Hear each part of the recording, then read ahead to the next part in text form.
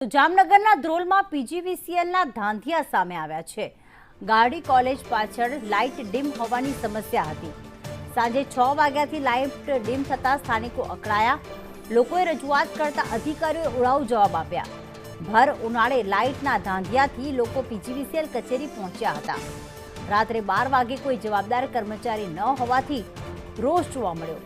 રાત્રિના ફરિયાદ લખાવવા માટે માત્ર એક જ એપ્રેન્ટિસ હાજર હતા।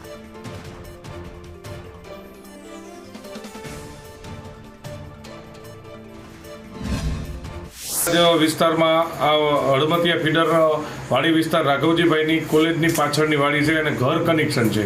એના માટે આ લોકો મારી ઓફિસે આવ્યા 11 વાગે। એટલે 11 વાગે હું સીધો એ લોકોને લઈને સીધા એના કે હાલો બાપુ તમે પેલા જોવો હાલો લાઇટ અહીંયા છે ને। એટલે મેં સ્થળ તપાસ કર્યું તો એ બધા બૈરાઓ બધા છોકરાઓ રોતા હતા, આવી ગરમી છે। પછી અમે ગયા ગામની ઓફિસે, ભાઈ કે અમારામાં ન આવે, તમે જાઓ ઓલી ઓફિસે, રૂરલ ઓફિસે, આ ઓફિસે આવ્યા। આ ઓફિસેથી મેં અધિકારીને મેં મારા મોબાઈલમાંથી તમામ અધિકારીને ડીથી માંડીને ગોસાઈ સાહેબને બધાને ફોન કર્યો, પણ કોઈ પણ વ્યક્તિએ ફોન ઉપાડ્યો નથી।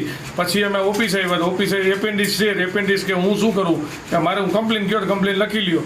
અત્યાર સુધી અમે 40 થી 50 જણા લોકો બેઠા છીએ, હજી જમવાનું બાકી છે।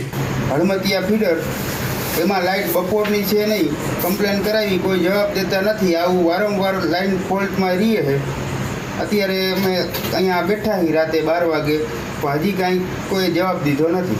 હાલ કોઈ અધિકારી છે અહીંયા? હાલ કોઈ અધિકારી હાજર છે નહીં, એપ્રેન્ટિસ હાજર છે, એ કે અમને કાંઈ ખબર ન હોય, સાહેબને ફોન કરો। તો ખાસ જામનગરના ધ્રોલમાં પીજીવીસીએલના ધાંધિયા સામે આવ્યા છે।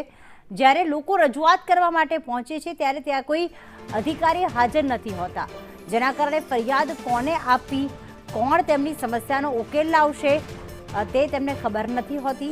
કારણ કે વારંવાર આવી રજૂઆત કરવામાં આવી છે કે લાઇટ ડીમ છે, પરંતુ તેનો કોઈ જ ઉકેલ લાવવામાં નથી આવ્યો। રાજકોટ અને જામનગરના અલગ અલગ દ્રશ્યો આપ જોઈ રહ્યા છો કે જ્યાં પણ કચેરીએ રિસીવર સાઈડમાં મૂકી દેવામાં આવ્યું છે અને બીજી તરફ રાત્રે કોઈ અધિકારી હાજર છે જ નહીં। રાત્રે આવા પ્રકારની વીજળીની કોઈ સમસ્યા સર્જાય, લાઇટની કોઈ સમસ્યા સર્જાય તો અધિકારી ત્યાં હાજર હોવા જોઈએ।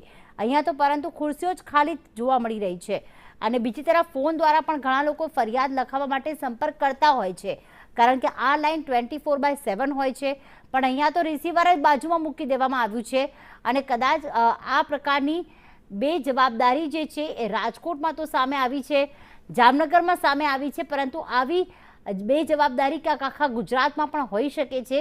કારણ કે અહીંયા જામનગરમાં કોઈ હાજર નથી, બીજી તરફ રિસીવર સાઈડમાં મૂકવામાં આવ્યું રાજકોટમાં।